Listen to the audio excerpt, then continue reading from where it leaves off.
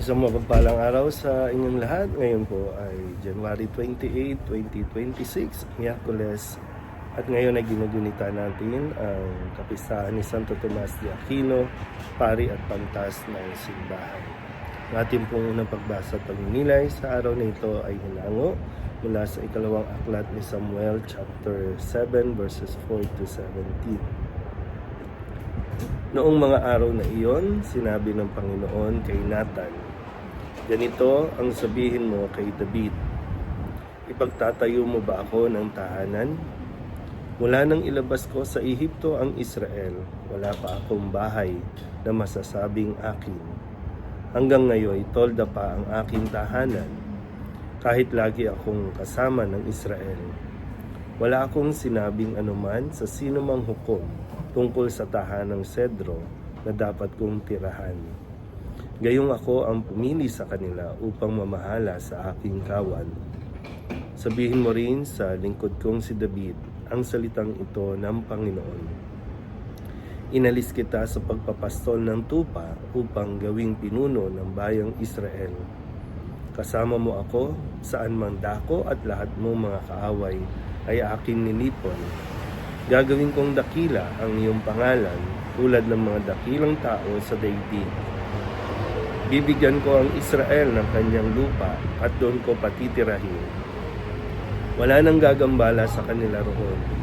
Wala nang aalipin sa kanila tulad noong una, buhat nang maglagay ako ng hukom nila. Magiging payapa ka sapagkat wala nang gagambala sa iyo. Bukod dito, akong Panginoon ay nagsasabi sa iyo, patatatagin ko ang iyong sambahayan. Pagkamatay mo, isa sa iyong mga anak ang ipapalit ko sa iyo. Patatatagin ko ang kanyang kaharian. Siya ang magtatayo ng templo para sa akin at sa kanyang angkan magmumula ang maghahari sa aking bayan magpakailanman. Kikilalanin ko siyang anak at ako na may magiging ama niya. Parurusahan ko siya tulad ng pagpaparusa ng ama sa nagkasalang anak. Ngunit ang paglingap ko sa kanya hindi magbabago, di tulad ng nangyari kay Saul. Magiging matatag ang iyong sambahayan, ang iyong kahari ay hindi mawawaglit sa aking paningin, at mananatili ang iyong trono." Isinaysay ni Nathan kay David ang lahat ng sinabi sa kanya ng Panginoon. Ang salita ng Diyos. Muli po, isang mapagpalang araw sa inyo pong lahat at sa pagpapatuloy po ng ating pagninilay mula sa aklat ni Samuel at ngayon nga sa kwento ni David na ngayon ay binabalak ni David na ipagtayo ng tirahan ang kaban dahil ito nga ay lagi nilang daladala at nasa tolda lamang. Bagamat ito ay ikinalugod ng Panginoon, pero sabi nga po na hindi si David ang magtatayo ng kanyang bahay, kundi ang isa sa kanyang mga anak at ang lahi nito. At doon na magsisimula ang pagtatayo ng templo.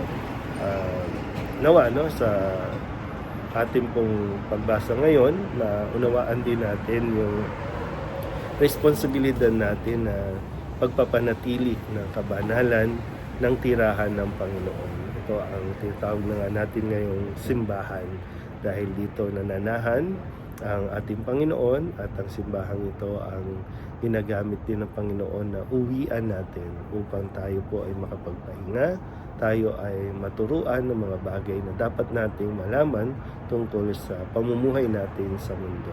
Kaya nawa, makibahagi tayo sa anumang mga gawain ng pagpapabanal sa simbahan. Muli po, isang mapagpalang araw sa inyo po lahat.